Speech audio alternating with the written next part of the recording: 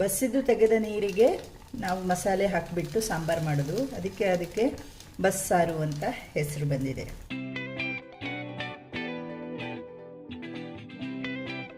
ನಮಸ್ಕಾರ, ಮಾಯಾಳ ಅಡಿಗೆ ಮನೆಗೆ ಸ್ವಾಗತ. ಇವತ್ತು ಲಂಚ್ ರೆಸಿಪಿ ಸಬ್ಬಸಿಗೆ ಸೊಪ್ಪು ಹಾಗೂ ಬೇಳೆ ಪಲ್ಯ ಹಾಗೂ ಅದರದ್ದೇ ಬಸ್ಸಾರು ಹಾಗೂ ರಾಗಿ ಮುದ್ದೆ ಮಾಡ್ಕೊಂಡಿದ್ದೀನಿ. ಇದು ನಮಗೆ ಡಯಟಿಗೂ ಒಳ್ಳೆಯದು, ಹೆಲ್ತಿಗೂ ಒಳ್ಳೆಯದು, ರುಚಿಕರವಾಗಿಯೂ ಇರುತ್ತೆ. ಖಾರವಾಗಿ ಮಾಡಿದ್ದೀನಿ. ಬನ್ನಿ ಇವಾಗ ಇದು ಹೇಗೆ ಮಾಡೋದು ಅಂತ ನೋಡೋಣ.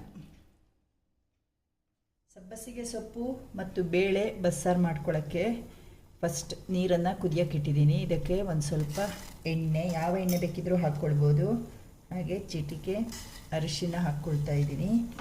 ಈಗ ತೊಳೆದಿಟ್ಟ ತೊಗರಿಬೇಳೆ ಅಂದಾಜು 1 ಬೌಲ್ ತೊಗೊಂಡಿದ್ದೀನಿ, ತೊಳೆದಿಟ್ಕೊಂಡಿದ್ದೀನಿ. ಈಗ ಇದನ್ನು ಹಾಕ್ಕೊಳ್ತಾ ಇದ್ದೀನಿ. ಚೆನ್ನಾಗಿ ಮಿಕ್ಸ್ ಮಾಡಿ ಸೌಂಟನ್ನು ಇದೇ ಥರ ಇಟ್ಟು ಮುಚ್ಚಿ 10 ನಿಮಿಷ ಇಡ್ತಾಯಿದ್ದೀನಿ.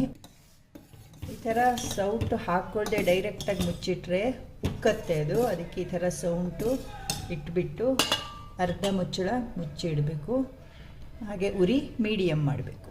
ಬಸ್ಸಾರಿಗೆ ಬೇಕಿರೋ ಮಸಾಲೆನ ಹುರ್ಕೊಳ್ಳೋಣ. 1 ಸ್ಪೂನ್ ಎಣ್ಣೆ ಹಾಕ್ಕೊಳ್ತಾ ಇದ್ದೀನಿ, 1 ಸ್ಪೂನ್ ಜೀರಿಗೆ, ಅರ್ಧ ಟೀ ಸ್ಪೂನ್ ಕಾಳುಮೆಣಸು ಹಾಕ್ಕೊಳ್ತಾ ಇದ್ದೀನಿ, 5 ರಿಂದ 6 ಬೀಜ ಬೆಳ್ಳುಳ್ಳಿ, ಸ್ವಲ್ಪ ಬೆಳ್ಳುಳ್ಳಿ ಕೆಂಪಗಾಗೋವರೆಗೂ ಹುರ್ಕೊಳ್ಳೋಣ. ಈರುಳ್ಳಿ ಹಾಕ್ಕೊಳ್ತಾ ಇದ್ದೀನಿ,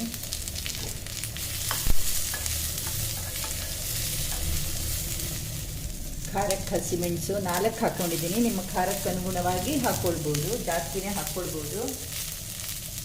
ಹಾಗೂ ಟೊಮೆಟೊ, ಇದನ್ನು ಇಷ್ಟನ್ನು ಬಾಡಿಸ್ಕೊಳ್ತಾ ಇದ್ದೀನಿ.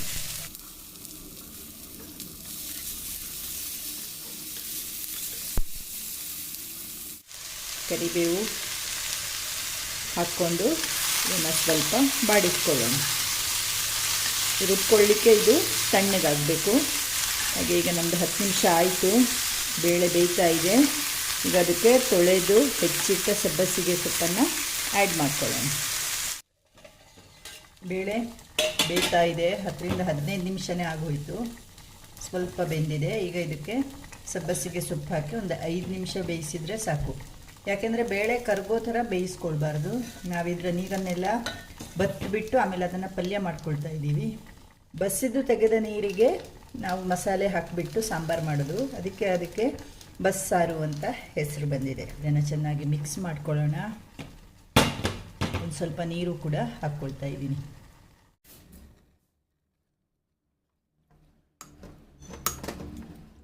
ಕರೆಕ್ಟ್ 5 ನಿಮಿಷ ಬೇಯಿಸಿದರೆ ಸಾಕು. ಮುಚ್ಚಿಡ್ತಾ ಇದ್ದೀನಿ. ನೋಡಿ 5 ನಿಮಿಷ ಆಯಿತು ಸಬ್ಬಸಿಗೆ ಸೊಪ್ಪು ಹಾಕಿ. ಇದು ಕರೆಕ್ಟಾಗಿ ಇವಾಗ ಬೆಂದಿದೆ. ಇನ್ನು ಜಾಸ್ತಿ ಬೇಳೆ ಬೆಂದರೆ ನಮಗೆ ಪಲ್ಯ ಮಾಡ್ಕೊಳ್ಳೋಕ್ಕೆ ಕಷ್ಟ ಆಗುತ್ತೆ. ಈಗ ಇದನ್ನು ಆಫ್ ಮಾಡ್ಕೊಳ್ತಾ ಇದ್ದೀನಿ. ಇದನ್ನು ಬಸ್ಕೊಳ್ಳೋಣ. ಪಾತ್ರೆಗೆ ಇಟ್ಕೊಂಡು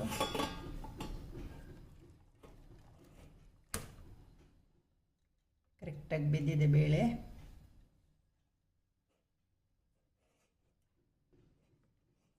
ಹುರಿದಿಟ್ಟ ಮಸಾಲೆನ ಮಿಕ್ಸರ್ ಜಾರಿಗೆ ಹಾಕ್ಕೊಂಡಿದ್ದೀನಿ.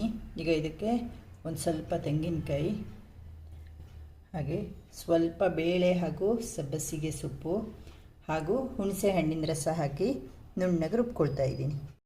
ಹುಣಸೆ ಹಣ್ಣಿನ ರಸ ನುಣ್ಣಗೆ ರುಬ್ಕೊಳ್ಳೋಣ. ಈಗ ರುಬ್ಬಿಟ್ಟ ಮಸಾಲೆನ ಪಾತ್ರೆಗೆ ಹಾಕ್ಕೊಳ್ತಾ ಇದ್ದೀನಿ. ಹಾಗೆ ಮಿಕ್ಸರ್ ಪಾತ್ರೆ ತೊಳ್ಕೊಂಡು ನೀರು ಕೂಡ ಹಾಕ್ಕೊಳ್ತಾ ಇದ್ದೀನಿ.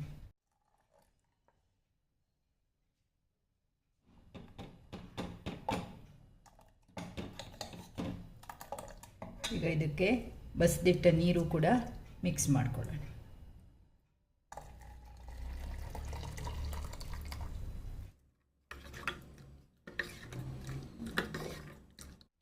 ರುಚಿಗೆ ಉಪ್ಪು, ಹುಣಸೆ ಹಣ್ಣಿನ ರಸ ಹಾಕಿಯಾಗಿದೆ.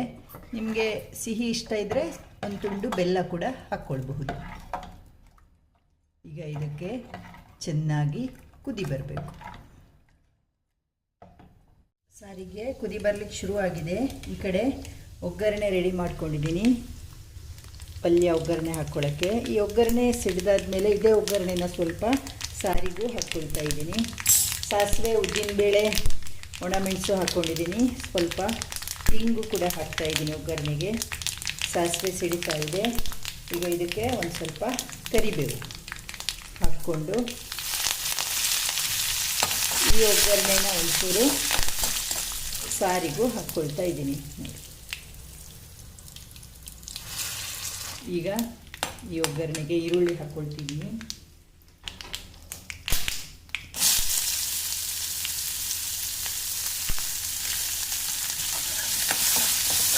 ಒಂದು ಹಸಿಮೆಣಸು ಚೆನ್ನಾಗಿ ಮಿಕ್ಸ್ ಮಾಡ್ಕೊಂಡ್ಮೇಲೆ ಬಸಿಬಿಟ್ಟ ಸಬ್ಬಸಿಗೆ ಸೊಪ್ಪು ಹಾಗೂ ಬೇಳೆ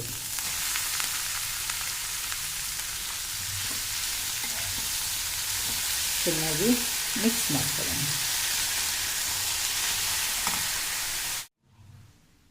ರುಚಿಗೆ ಉಪ್ಪು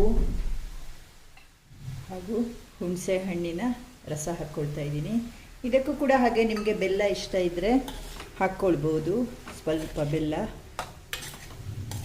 ಈಗ ಇದನ್ನು ಚೆನ್ನಾಗಿ ಮಿಕ್ಸ್ ಮಾಡಿ ಒಂದು 5 ನಿಮಿಷ ಮುಚ್ಚಿಡ್ತಾ ಇದ್ದೀನಿ. ಸಣ್ಣ ಉರಿಯಲ್ಲಿ ಇಟ್ಟಿದ್ದೀನಿ.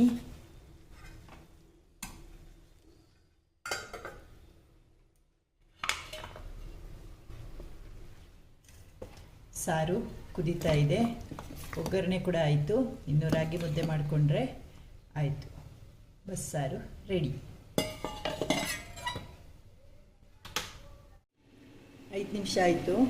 ಈಗ ಕಾಯಿ ತುರಿ ಹಾಕಿ ಮಿಕ್ಸ್ ಮಾಡಿ ಆಫ್ ಮಾಡ್ಕೊಳ್ತಾ ಇದ್ದೀನಿ.